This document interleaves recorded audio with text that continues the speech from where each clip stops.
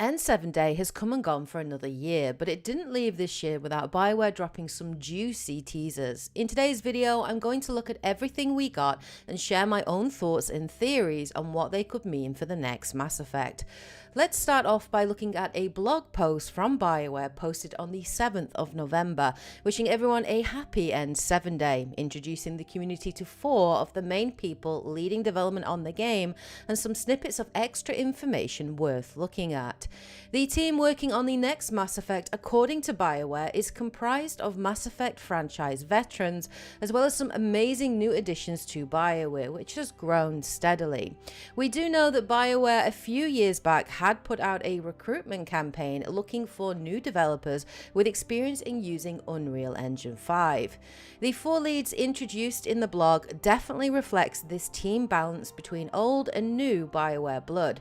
They are Project Director and Bioware veteran Mike Gamble, Senior Development Director Danielle Enns, Franchise Creative Director Parish Lay, and Senior Narrative Director Mary DeMarle, who is best known for her work on Marvel's Guardians of the Galaxy, for which she deservedly won Best Narrative at the Game Awards in 2021.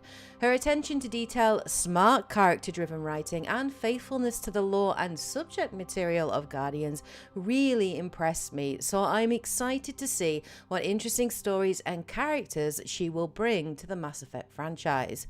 Bioware were also kind enough to give some small snippets about the game, including that the next Mass Effect is still in pre-production, meaning the game is still many years away, and Bioware are in the early stages of laying down the key elements of the game.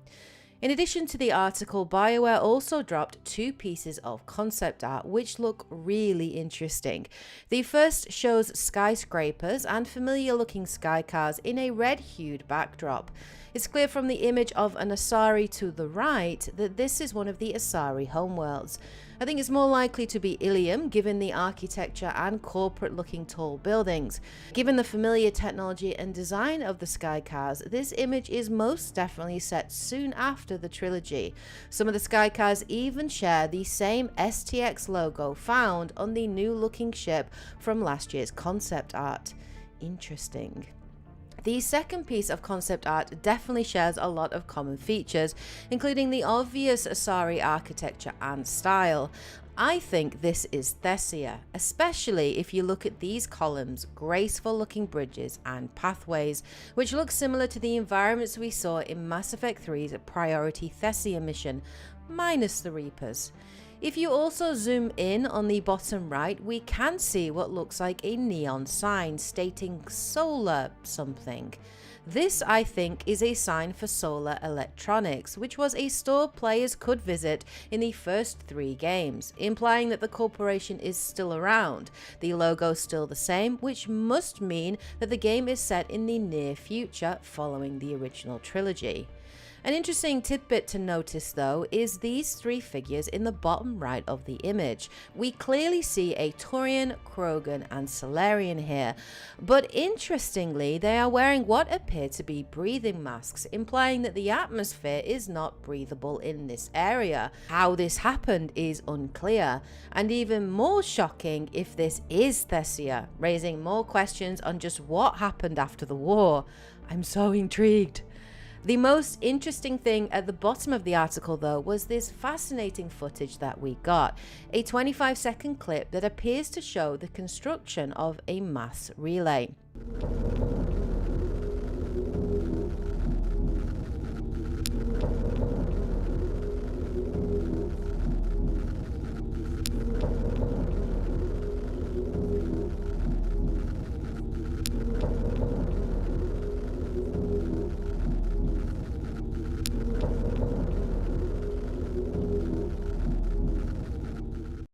If we look at the video in more detail, we can discern a lot from it. The description in the bottom left of the file shows that this is surveillance footage taken or stored in a monitoring station operated by the Green Dagger Limited Company, a private intelligence agency perhaps. The footage was maybe taken by a deep space Dao Zav, a type of stealth ship maybe, captained by Subnavak Soaral Zillion Jones. Subnavak is essentially a rear admiral in a fleet, if we take it from the Greek military word. The most interesting thing here is the captain's name, Soaral Zillion Jones, which is a very Quarian-human hybrid sounding name. If Jones was the name of the ship, then the Quarian's title would be Soaral Zillion Vas Jones. But it's not, which implies either a Quarian-human marriage or a mixed-race captain, which has never been seen in the trilogy as far as I'm aware. The prospect of human and Quarian pairings is not entirely outside the realm of possibility, especially as at the end of the trilogy, much of the Quarian fleet was stranded in the solar system, and many Quarians would have, through necessity, lived and settled on Earth and taken on board human customs and developed relationships with their new neighbors. I, for one, hope we get to meet this captain, as they sound like they have a fascinating story to tell. Below this information, we can also see SA314 with moving numbers after this. These numbers could be significant, especially 110790, which appears to be a date. 7th of November. I see what you did there, Bioware, with 90 potentially being 2190, which would place the next Mass Effect just 4 years after the Reaper War ended. The name of the video also sheds a bit more light on these details. SA, of course, stands for Systems Alliance, which appears to still be around and investigating the constructions of these mass relays, followed by Intercept Cytherian System DOX 314. Now, the Cytherian system is a completely unknown, unexplored system, implying that we may explore new areas of space in the next Mass Effect. But it's the 314 reference that has me raising my eyebrow. For those familiar with the lore of Mass Effect, 314 is a very significant number and could be a reference to Relay 314. This was one of the first relays that humanity discovered after finding the Charon relay. Hoping to expand their territory and curious about the galaxy, humanity began activating every dormant mass relay that they could find. In 2157, when trying to activate Relay 314, they caught the attention of the Taurians, sparking the First Contact War when the Taurians opened fire on them. Humanity were not aware at the time, but activating dormant mass relays was forbidden by the Council in 300 CE, following the Rachni Wars, as it was the reckless activation of a mass relay by Solarian explorers in 1 CE that led them to a previously unknown part of space, where they encountered the Rachni. Hoping to prevent other disastrous encounters with potentially hostile races, the Council forbid the activation of dormant mass relays. Rather than just being a simple reference to the First Contact War, what I think Bioware are doing here is hinting at the significance of Relay 314 and the fact that it still remains inactive, implying that there are many relays, of which we don't have the exact number, that were dormant at the end of Mass Effect 3, disconnected from the mass relay network, which may still be intact and could, if activated, lead to previously undiscovered regions of space and previously unknown species. The possibilities are really limitless, which is exciting. Let's take an in-depth look at the mass relay, which appears to be under construction. This can be seen through the partially constructed ring inside the round chamber, the cargo ships delivering materials, and even in the relay's designation. MR, which certainly labels it as a mass relay, with the number 7 implying that there are several relays under construction. The materials, size, and apparent use of English letters and human numbers also implies that this mass relay is human-made, as its construction and design seems very different from the original purple mass relays found in the trilogy, which were constructed with an unknown ancient alloy, likely of Reaper origin. The colour scheme on the relays also seems very reminiscent of Cerberus, implying that Cerberus may be the organisation behind the construction of these relays. This seems extremely likely, as Cerberus would no doubt see the creation and control of mass relays as a vital step in ensuring the dominance, control and power of humanity. If the Destroy ending is in fact canon, then the entire network of Milky Way mass relays was destroyed at the end of Mass Effect 3, which would have devastated travel and trade across the galaxy. Building and controlling these relays would give Cerberus, and by extension humanity, a huge advantage.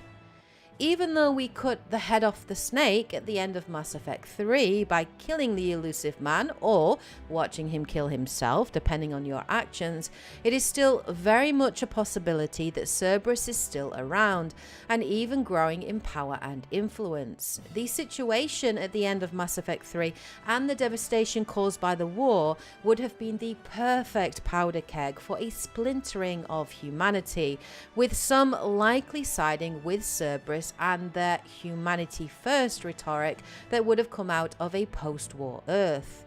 Looking at the mass relay, we can also see what appears to be docking stations, which implies that this is a portable mass relay similar to the Citadel and able to travel freely across the galaxy, which is huge.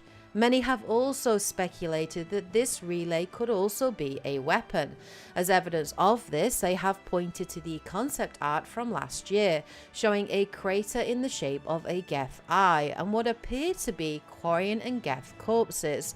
Something of great destructive power would have had to be used to create such a crater, and many believe this could be a weapon similar to the Death Star in Star Wars.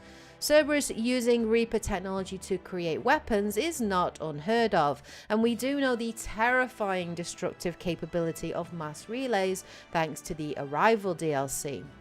So, I think it's clear that Bioware are implying that Cerberus is back and more dangerous than ever.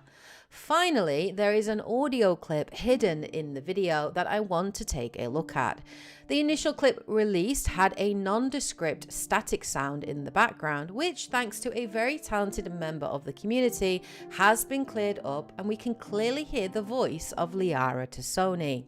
Now, we know that Liara would return in the next Mass Effect following a teaser trailer we got at the Game Awards last year, but what her role will be still remains a mystery. Let's have a listen to what she has to say.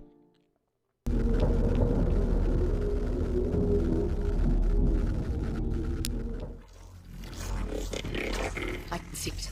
How did we miss this? Exactly. The Council will be furious.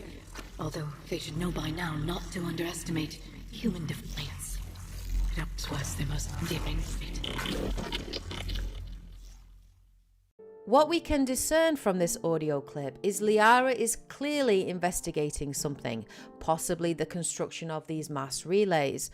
It also appears that she is involved with the Geth. I think it's likely that she may be working with the Geth, who had extensive intelligence networks, may be knowledgeable on Reaper technology given their eventual merging with the Reaper code before Legion's intervention, and may have knowledge or intelligence on Cerberus and the existence of these mass relays. I doubt that the Geth are the new villains in the next Mass Effect, as it is unlikely Liara would work with them if they were, and this would negate everything achieved by Shepard on Rannoch if you stop the Geth and Quarian war. Mike Gamble dropped a little extra hint clarifying what Liara said and finishing it with Liara Tassoni, Dr. Shadowbroker, redacted. The redacted part has me intrigued. What could this be? Is Liara a matriarch? Unlikely, given her age, and if the next game is set 4 years after the events of Mass Effect 3. Is she on the Council? Again, unlikely, as the Asari Councillor is still likely around. I think that Liara is actually a spectre, especially when she states that the council will be furious, implying that she may have to report her findings to the council. Given Liara's knowledge, access to intelligence, experience, and the crucial role that she played in the Reaper War, it is entirely possible that the council may well have recognized this by appointing her as a spectre and sending her on a mission. Her reference to human defiance may well be a reference to Cerberus or humanity's frustration with the council and their situation in general. What will Liara's role be in the next Mass Effect? Even Ali Hillis doesn't know. Surprised, thrilled, perplexed, confused. A lot of questions entered my mind for sure, and they still are there, all of those questions. So I guess we'll see where it goes from here. But I mean, yeah, all kinds of questions came into my mind of what could be and what is that and how and why and really and probably not and not getting my hopes up in any way. So, I'm probably where you are, trying not to get my hopes up and at the same time, This is not surprising though, given the game is still in pre-production and voice recording has likely not started, with a script very much in its early draft stages. The biggest question, of course, on people's minds is, will Shepard return? Some have pointed to a very small clue hidden in the recording, which seems to show the outline of an N7 stripe, similar to the one worn on Commander Shepard's N7 armor in the trilogy.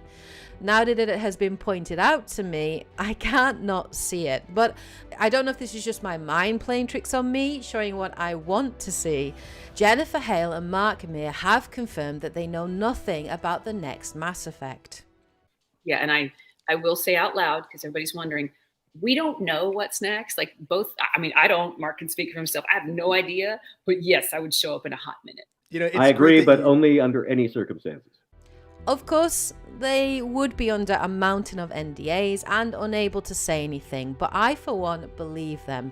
Here's hoping we get more concrete information in the months and years ahead, but for now there is plenty to sink our teeth into and speculate on. I just wanted to say a huge thank you to everyone for supporting the channel, especially to my Patreons and YouTube members who go the extra mile. Without your help, I wouldn't be able to continue to do what I do. If you enjoy the content, please consider supporting the channel however you can by liking, commenting, subscribing, or becoming a member. Every little really does matter, and it helps the channel to grow. Have a great week, everyone. Take care, and as always, happy gaming. I should go.